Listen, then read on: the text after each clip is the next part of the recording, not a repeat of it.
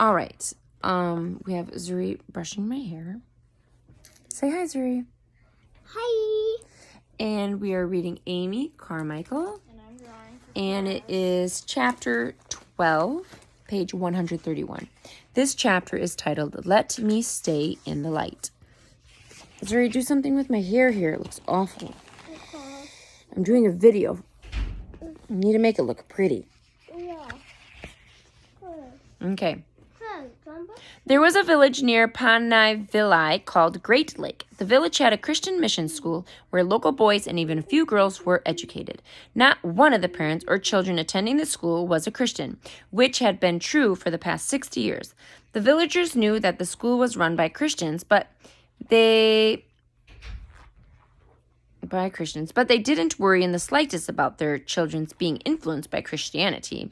Even the youngest child knew better than to break caste. That was until 1895.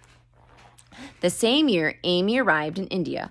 One of the girls in the school, who was 13 years old at the time, was given a Bible by the school principal's wife. She read the Bible and became a secret Christian.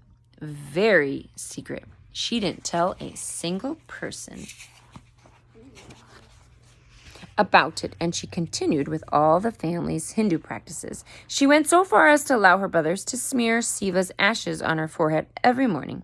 These ashes were worn by devout Hindus to show others their devotion to Hindus' gods. Like, you know what I'm talking about? They put that, like, red dot there. They smear ashes there. Mom, I thought you were talking about a cremated person's ashes. No. I'm like, what? 3 years later, the girl had finished school and was being kept at home, which was normal in Indian culture. In fact, she hadn't been outside the house once in 2 years. But as she spent many hours by herself doing household chores, she thought about what she had read in the Bible. Slowly, she began to realize she didn't want to be a secret Christian anymore. Instead, she wanted to become an open believer. She wanted to pray with other Christians and go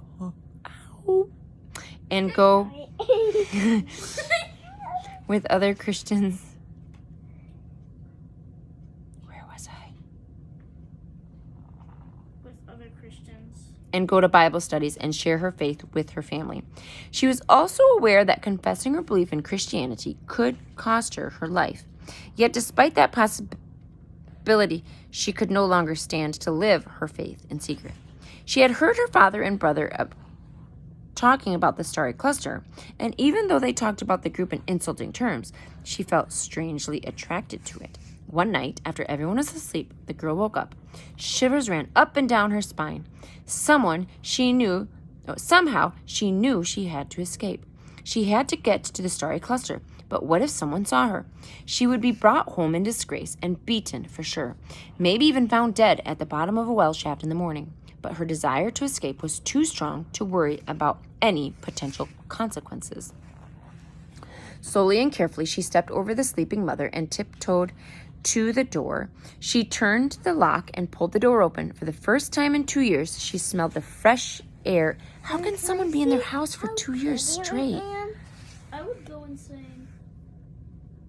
Literally. She smelled the fresh air of the garden, keeping in the shadows. With her ear attuned to every sound, she crept out to the village along the rutted path and over the bridge into Panay. Once there, she had no idea where to go next. She sneaked around Panay until she came to a large 2-story house with a veranda around it. A banner over the front door told her she had come to the home of Christians. Suddenly, instead of being as quiet as possible, she had to make noise and lots of it. She banged on the door and yelled, "Refuge! Refuge!" A sleepy Amy opened the door and let her in. By the next morning, the village of Great Lake was in an uproar. The girl's father had discovered that her daughter was missing. That was bad enough, but to find she had run to Christians for refuge was too much to bear. It was an insult to the entire goldsmithing caste to which her family belonged. Her father would rather see her dead than have her break caste and stay with Christians. He mounted a campaign to get her back. But the girl, whom Amy named Jewel of Victory, stood her ground. She went to the village constable and gave a sworn statement to say she was 16 years of age and was living with the starry cluster of her own free choice. Once that was done, there was nothing her father could do legally, that is. Unfortunately, there were a lot of other things he and the other men of the village could and did do. First, they burned down the school. This meant that none of the other children in the village would receive an education, but her father didn't seem to care. It was more important that the terrible thing his daughter had done would never happen again. Next, they burned down the school principal's house and drove the school workers out of Great Lake Village. Jula Victory was safe with the Starry Cluster, but many people paid the price for her conversion, and the Starry Cluster would not be welcome again in Great Lake Village. That was for certain. Indeed, until the turmoil died down, the women of the Starry Cluster decided they should work in... Oh, 1 second. I had my glasses somewhere. I hope they're not being sat on. They're not. They're not here. Oh, okay. I just remembered I had to put them in my lap. Thank you.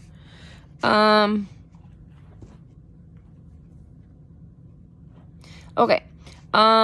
Indeed, until the turmoil died down, the women of the Starry Cluster decided they should work in the villages to the north of Panavillai, but they ran headlong into another crisis there. They were preaching in the streets of a village called Uncrowned King when an 11-year-old girl named Arulai came by. Arulai was fetching water for her family. At the same time, the women were holding their meeting, and she stopped to listen to what the woman had to say. Arulai had a bad temper, which she tried to control without much success. As she listened to the Starry Cluster, she watched Amy very closely. There was something about the English woman in the simple white cotton sari that fascinated her. When the meeting closed, Arulai overheard one of the women in the Starry Cluster say, "I was a lion and God turned me into a lamb." As she carried the water jar home, Arulai thought about what she'd overheard. A lion turned into a lamb? She said over and over to herself, there was nothing more wild and out of control than a lion, or anything more gentle and sweet than a lamb.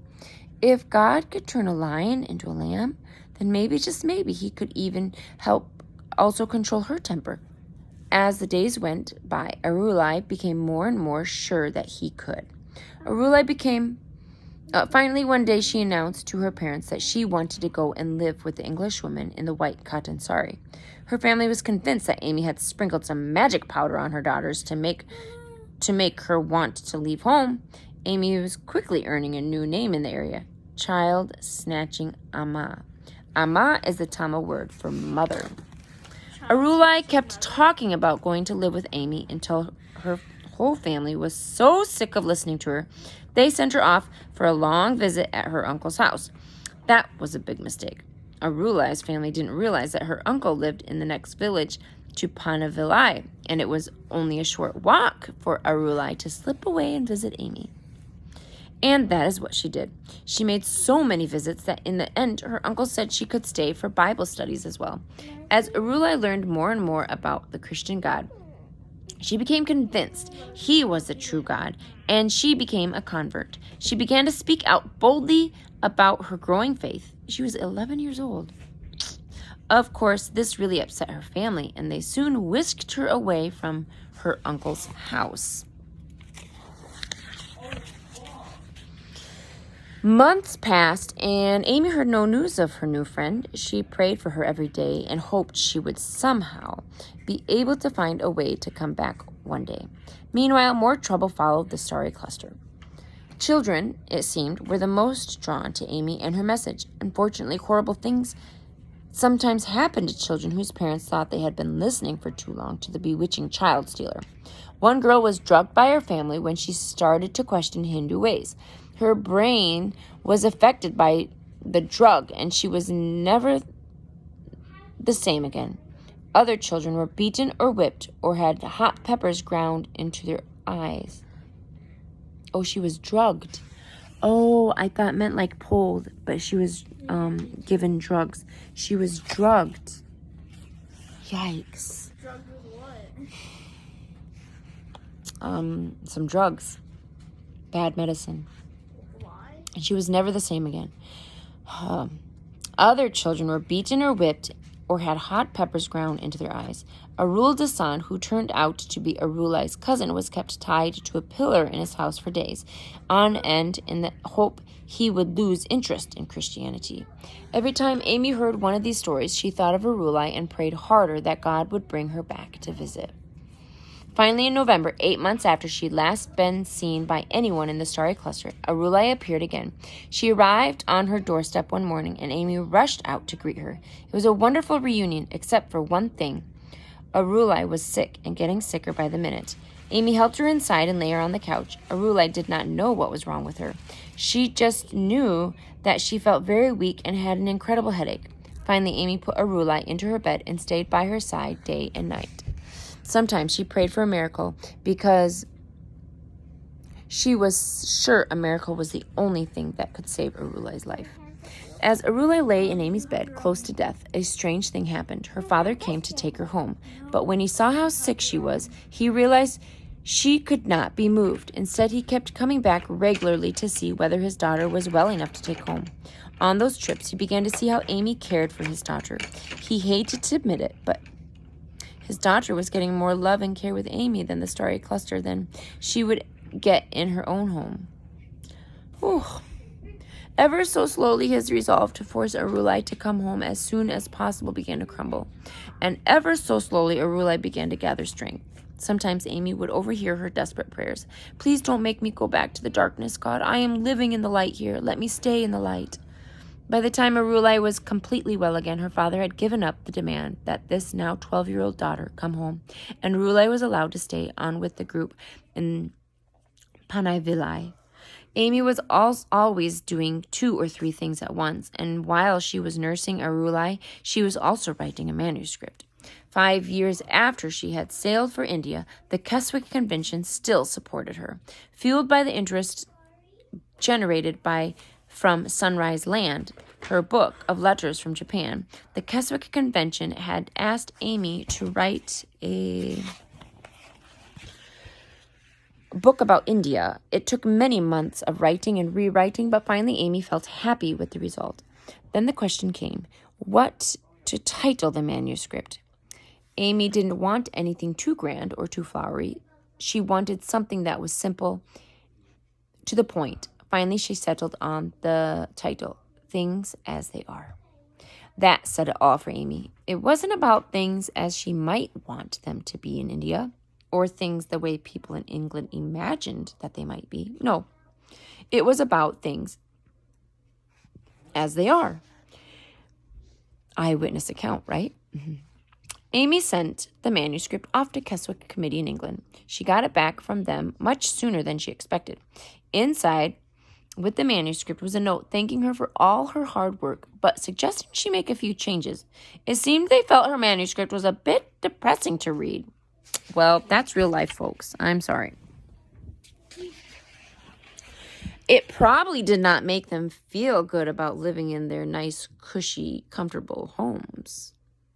Think about that.